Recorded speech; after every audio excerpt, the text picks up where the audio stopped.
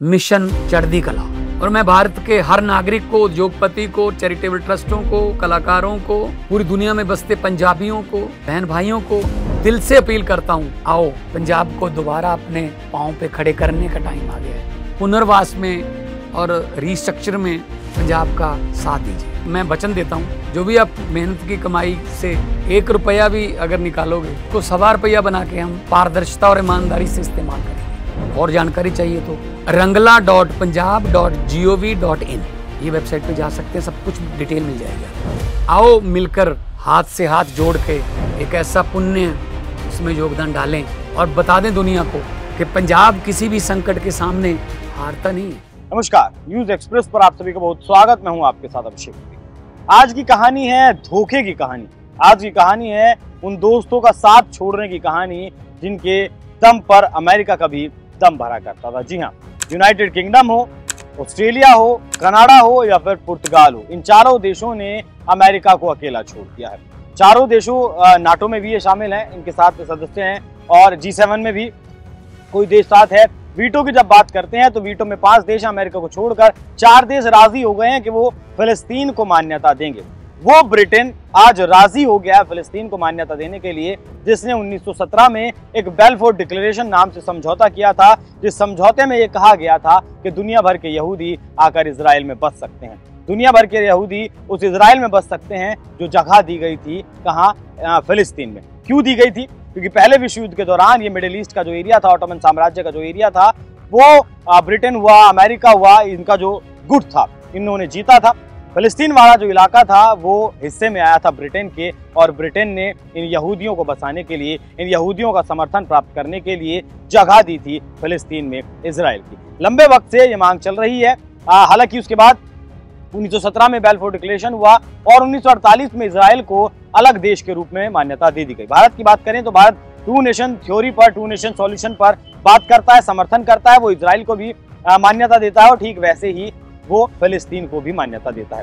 इससे पहले टकराव हुआ फ्रांस और अमेरिका के बीच में, जैसे ही अभी वो इजराइल और ईरान के बीच जो लड़ाई हुई उसके दौरान रहा हो, या फिर उसके बाद फैसलों का टकराव रहा हो। फ्रांस ने भी ये घोषणा कर दी कि यूएन की जो मीटिंग होने वाली है, UNGA की जो मीटिंग 22 तारीख से 29 तारीख के बीच होने वाली है, उसमें जो प्रस्ताव आएगा उस प्रस्ताव में वो हस्ताक्षर करने के लिए तैयार है, वो फिलिस्तीन को मान्यता देने के लिए तैयार है। तो फ्रांस पहले ही ये मान चुका है। तो ये बात भी आप जान लीजिए कि कहीं ना कहीं यूरोप के जो देश हैं वो अब अमेरिका की छतरी से बाहर आ रहे हैं, निकल रहे हैं, साथ ही भारत के नजदीक भी वो जा रहे हैं, भारत से अपने संबंध बना रहे हैं। लेकिन आज चर्चा करेंगे फिलिस्तीन कि आखिर क्यों ब्रिटेन रहा हो, वो पुर्तगाल रहा हो, वो ऑस्ट्रेलिया रहा हो या फिर वो कनाडा रहा हो, क्यों आज ये समर्थन दे रहे हैं फिलिस्तीन को। तो चलिए शुरू करते हैं ब्रिटेन से। आपको याद होगा अभी पिछले ही हफ्ते ब्रिटेन की सड़कों पर लाखों लोगों का जनसैलाब उमड़ा था।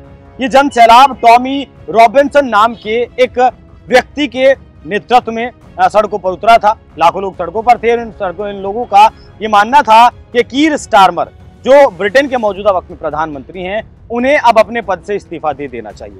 क्यों दे देना चाहिए? क्योंकि वो जो अवैध प्रवासी हैं, या जो प्रवासी ब्रिटेन में रह रहे हैं, उनके समर्थन से उन्होंने सरकार बनाई है। प्रवासियों में भी मुस्लिम देशों से जो प्रवासी आए हुए हैं, उन प्रवासियों के दम पर कीर स्टारमर ने अपनी सरकार बनाई है। जिस तरीके से ट्रंप अमेरिका के बारे में सोचते हैं और वो कहते हैं मेक अमेरिका ग्रेट अगेन, ठीक वैसे ही टॉमी रॉबिन्सन का ये मानना है और ये कहना है कि वो भी एक बार फिर से ब्रिटेन को ग्रेट बनाना चाहते हैं। और इसके लिए सबसे पहले जो अवैध रूप से प्रवासी आए हुए हैं, या जो प्रवासी वहां आए हुए हैं, उन्हें बाहर निकालना होगा, या फिर उनका जो नेतृत्व है, उनकी जो क्षमता है, उसे कहीं ना कहीं कंट्रोल करना होगा। क्योंकि ब्रिटेन में आप देखते होंगे आजकल लड़कियां पेट की जगह, मतलब कुत्तों की जगह सुअर पाल रही हैं।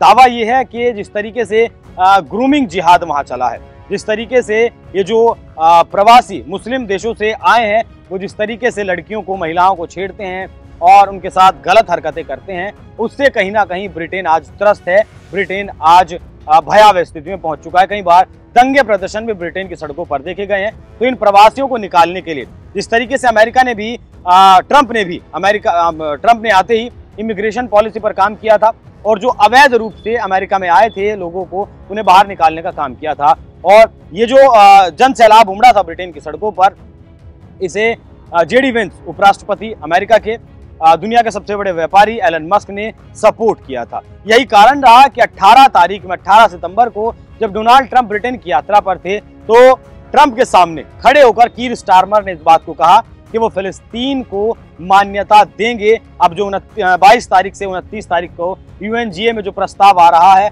उस पर वो सहमति जता रहे हैं।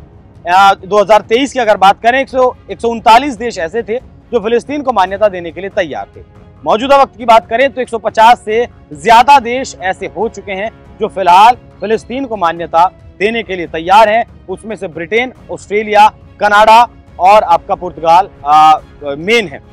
वीटो की अगर बात करें तो 5 देशों में से 4 देश समर्थन में आ गए। हालांकि अमेरिका अगर इस बात का वीटो कर देगा तब फिलिस्तीन को एक अलग राष्ट्र का, एक अलग देश का दर्जा नहीं दिया जा पाएगा। अच्छा, इस बात से जैसे ही इस प्रस्ताव पर ये चारों देश साथ आए, वैसे ही इजराइल के प्रधानमंत्री बेंजामिन नेतन्याहू का भी बयान आया और उन्होंने कह दिया कि वो जानते ही नहीं फिलिस्तीन भी कोई जगह है, और उन्होंने कहा कि वो फिलिस्तीन का नामो निशान मिटा देंगे। गाजा में किस तरीके से इजरायली फोर्सेस काम कर रही हैं वो आप सब जानते ही हैं। अब गाजा में जमीनी जो ऑपरेशन है वो इजराइल की फोर्सेस ने शुरू कर दिए हैं। पहले तो हवाई हमले चल रहे थे, बॉम्ब, मिसाइलें, ड्रोन्स दागी जा रही थी, लेकिन अब जमीन पर सर्च ऑपरेशन चल रहा है। इसके पीछे कारण ये दिया जा रहा है कि जो बंधक 7 अक्टूबर 2023 को हमास के आतंकी जब घुसे थे इजराइल में, लगभग 30 जगह से पेनिट्रेट उन्होंने किया था, तब 1200 के आसपास लोगों को, यहूदियों को वो लेकर अपने साथ चले गए थे। कुछ लोगों की वापसी हुई भी है, जो 1-2 सीज फायर बीच में 2-4 दिन का हुआ है उसमें। लेकिन अब कई देश ये दावा कर रहे हैं कि खुद नेतन्याहू इस बात को नहीं चाहते हैं कि उन बंधकों को वापस छुड़ाया जाए, क्योंकि कतर में जो मीटिंग हुई थी, कतर में अमेरिका के कहने पर जो हमास के लीडर्स थे, इजराइल का जो डेलीगेशन था, उसने जो मुलाकात की थी, उसमें कोई ऐसी बात निकलकर सामने नहीं आई और उस मुलाकात के तुरंत बाद ही उस जगह पर हमला कर दिया गया जिस जगह पर वो मुलाकात हुई थी। दावा किया गया कि जो डेलीगेशन आया था उसने ही ये लोकेशन दी है।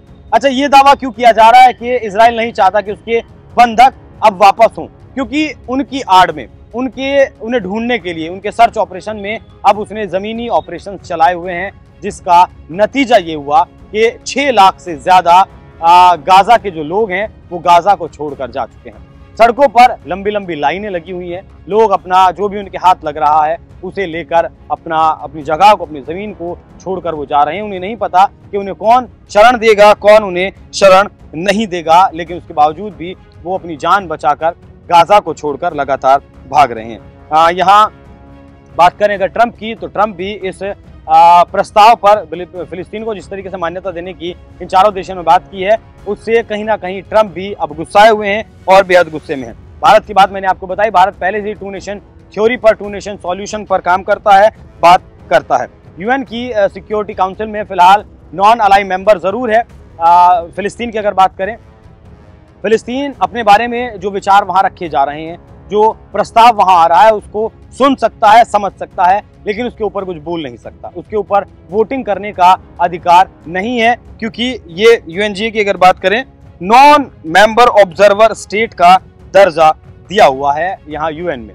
तो एक तरफ फिलहाल 150 से ज्यादा देश हैं जो फिलिस्तीन को मान्यता देने का समर्थन कर रहे हैं, दूसरी तरफ अमेरिका और इजराइल हैं जो नहीं चाहते फिलिस्तीन को मान्यता दी जाए। कई विश्लेषकों का दावा ऐसा भी है कि गाजा जिस जगह पर मौजूद है वहां से अमेरिका एक व्यापारिक कॉरिडोर बनाना चाहता है, रास्ता बनाना चाहता है, जिसके लिए गाजा को खाली करना जरूरी है, और साथ में ट्रंप सिटी भी बनाने की बात कर चुके हैं। गाजा को खाली करने की बहुत पहले ही वो बात कर चुके हैं। तो कहा यह भी जा रहा है कि अमेरिका के इशारे पर, ट्रंप के इशारे पर इजराइल काम कर रहा है और गाजा को लगातार खाली करने की दिशा में काम कर रहा है। अब तक तो गाजा की बात थी, लेकिन अब जिस तरीके से नेतन्याहू की तरफ से कहा गया है कि वो फिलिस्तीन का नामो निशान मिटा देंगे, और वाकई में अगर वो अपनी पर आते हैं तो वो फिलिस्तीन का नामो निशान मिटाने में कमी भी नहीं छोड़ेंगे। तो फिलहाल अगर वीटो की बात करें तो वीटो के 4 देश फिलहाल समर्थन में है कि फिलिस्तीन को मान्यता दी जाए, लेकिन अमेरिका इससे उखड़ा हुआ है, इससे गुस्से में है। तो फिलहाल पावर का जो सेंटर था अमेरिका, वो अब नहीं रहा है। इस बात से ट्रंप भी उखड़े हुए हैं, अमेरिका भी उखड़ा हुआ है। अब फिलहाल बैठक जारी है, देखना दिलचस्प रहेगा कि क्या कुछ इस बैठक में होता है। अमेरिका का इसके ऊपर क्या कुछ जवाब आता है, क्या प्रतिक्रिया आती है, क्योंकि नेतन्याहू की प्रतिक्रिया तो आ चुकी है। नेतन्याहू की प्रतिक्रिया पर इन 4 देशों की या फिर 150 जो देश हैं उनकी क्या प्रतिक्रिया आती है, वो देखने वाली बात होगी। बाकी इन चारों देशों से, वो फ्रांस रहा हो, ब्रिटेन रहा हो, ऑस्ट्रेलिया रहा हो या फिर कनाडा रहा हो, जिस तरीके से धोखा ट्रंप को मिला है, उस पर आप लोगों की राय क्या है, कमेंट बॉक्स में जरूर बताइएगा। नमस्कार।